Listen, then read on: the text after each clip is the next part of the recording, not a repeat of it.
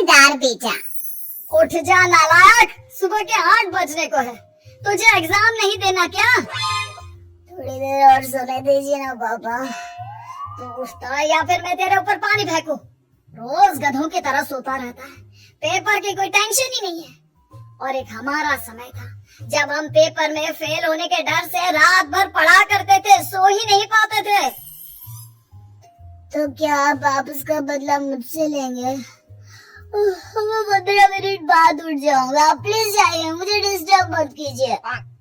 इतना कहकर रौनक रजाई ढककर फिर से सो जाता है। तू ऐसा नहीं मानेगा, रुक मैं अभी पानी लेकर आता हूँ। बस फिर क्या था, इतना कहकर वो भागते हुए बाथरूम में जाते हैं और पानी की एक बड़ी सी बाल्टी लाकर रौनक के ऊपर फेंक देते हैं। पानी पड़ते ही रौनक झट से उठ जाता है। ये आपने क्या किया पापा? अब तो उठेगा नहीं तो यही करना पड़ेगा ना। वैसे थैंक्स डैड, आपके कारण ना मुझे नहाने की भी जरूरत नहीं पड़ेगी। चलिए अब आप माँ से बोलकर मेरे कपड़े निकलवा दीजिए, तब तक मैं ब्रश कर लेता हूँ। वैसे कल ना आप एक काम और करना, नहलाने के साथ साथ मुझे ब्रश भी करवा देना। ये ब्रश करने में ना मुझे बहुत आलस आता है। रौनक की बातों से अरविंद का मुंह खुला का खुला रह जाता है। वो अपनी पत्नी कमला के पास जाता है और रौनक की हरकतों के बारे में बताता है, जिसे सुन उसकी पत्नी हंसने लगती है।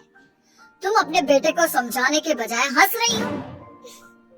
रौनक बच्चा है, धीरे धीरे सुधर जाएगा, आप क्यों उसके पीछे पड़े रहते हो?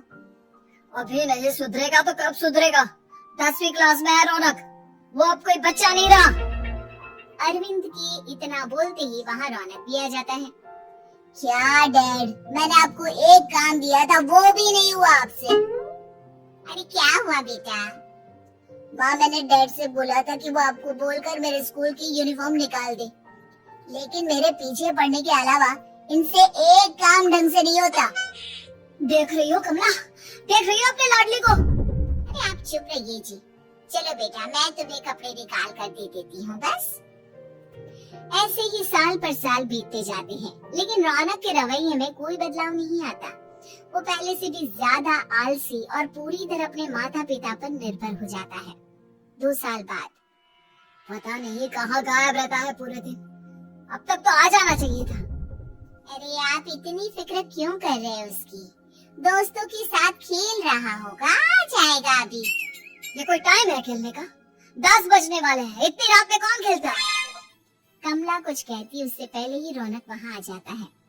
मम्मी जल्दी से खाना लगा दो, बहुत भूख लग रही है।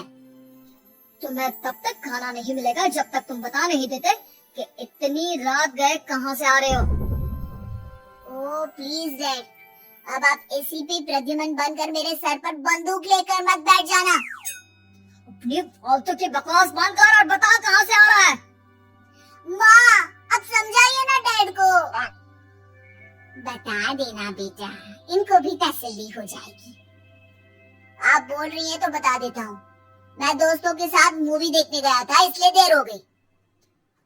तू इन सब चीजों में मेरे पैसे उड़ाता है? कभी 1 रुपया कमाने के बारे में सोचा है तूने? जब देखो हवा की तरह पैसे उड़ाता रहता है। माँ अब आप इन्हें चुप करा दीजिए, वरना ना मुझे गुस्सा आ जाएगा। अच्छा क्या कर लेगा? बता ना क्या कर लेगा तू? वैसे बात तो ठीक ही है, मैं कर ही कह सकता हूँ। पैसे तो फिर भी मैं आपसे ही मांगूंगा ना। चलिए अब ये सब बात छोड़िए और मम्मी मेरे लिए खाना लगा दीजिए। अभी लगा देती हूँ बेटा। मैं बता रहा हूँ कमला, एक दिन ये ऐसे ही बिगड़ जाएगा। ओफो, आप क्यों इतना पीछे पड़े रहते हो मेरे बच्चे के? बात की बाद में देखेंगे, अभी आप शांति से उसे खाना खाने देंगे। अगले दिन, डैडी मुझे 10,000 रुपए चाहिए। हाँ? अब इतने पैसे क्यों चाहिए तुझे? डैड अब बिना सवाल किए कभी पैसे नहीं दे सकते क्या? जब तक तू बताएगा नहीं तुझे पैसे भी नहीं मिलेंगे। अरे अब आप अपने बेटे को पैसे भी नहीं दे सकते? नालायक, तेरी उम्र के लोग नौकरी करते हैं और एक तू है जो नौकरी करने का नाम ही नहीं लेता कभी। आप लोगों के होते हुए भला मैं नौकरी क्यों करूं? अरे हम कब तक पैसे देंगे तुझे? तुझे भी तो अपने पैरों पर खड़ा होना होगा ना। कौन सा उधार के पैरों पर खड़ा हूँ? अपने ही तो पैरों पर खड़ा हूँ मैं। इसी तरह रौनक दिन प्रतिदिन लापरवाह होता जाता है। उसकी लापरवाही को देखते हुए अरविंद और कमला अपने बेटे की शादी कराने का फैसला लेते हैं और 1 महीने के अंदर अंदर ही रौनक की शादी मेघा नाम की लड़की से करा देते हैं। शादी के कुछ दिन बाद रौनक, मुझे एक अच्छी सी साड़ी चाहिए, आप ला दोगे ना? हाँ, क्यों नहीं। कितने तक की आती है साड़ी? यही करीब 5,000 तक की। तुम चिंता मत करो, मैं आज ही डैडी से पैसे मांगकर तुम्हारे लिए साड़ी ले आऊंगा। आप कब तक ऐसे ही अपने पापा से पैसे मांगते रहेंगे? कोई अच्छी सी नौकरी क्यों नहीं कर लेते आप? अरे डैड के होते हुए मुझे नौकरी करने की जरूरत ही क्या है? फिर आप ऐसे कब तक उनसे पैसे मांगते रहेंगे? कुछ आपको अपने दम पर भी तो करना होगा ना।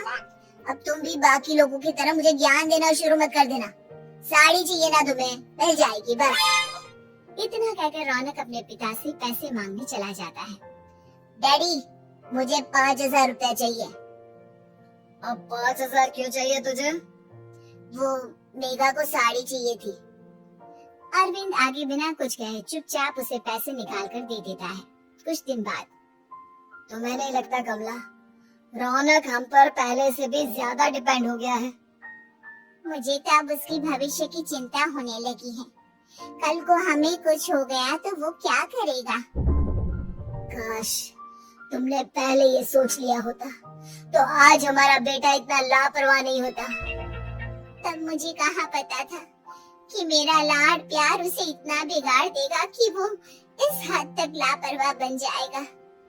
कोई बात नहीं, अभी भी देर नहीं हुई। मुझे पता है उसे कैसे सुधारा जा सकता है। कैसे? अरविंद कुछ कहता उससे पहले रौनक वहाँ आ जाता है और पैसों के लिए हाथ फैलाने लगता है। डैड, मैं और मेघा बाहर घूमने जाना चाहते हैं। अरे वाह, ये आज सूरज कहाँ से निकला है? Dad please. अच्छा चलो अब मुद्दे की बात करो। मुझे अब 25,000 चाहिए। अब तुम्हें 1 रुपया भी नहीं मिलने वाला। अगर तुम्हें पैसों की इतनी ही जरूरत है तो कोई ढंग की नौकरी करो। मम्मी, आप कुछ कहिए ना डैड को। बेटा, वो गलत क्या बोल रहे हैं?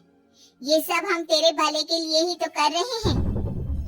मम्मा, मैंने बताया ना आपको, मुझे नहीं करनी कोई जॉब वॉब। तो ठीक है, निकल जाओ हमारे घर से। तुम्हारे जैसे लोगों के लिए मैंने ये घर खड़ा नहीं किया है। जितना ये घर आपका है ना, उतना ही मेरा भी है। मैं कहीं नहीं जाने वाला। जाना तो पड़ेगा ही तुझे, क्योंकि अब मैं तेरा कोई भी खर्चा नहीं उठाने वाला। ठीक है, मत उठाइए मेरा खर्चा, मैं अपने दम पर भी जी सकता हूँ। तो बेशर्मों की तरह अब तक यहाँ क्यों खड़ा है? अपना सामान ले और निकल जाए यहाँ से।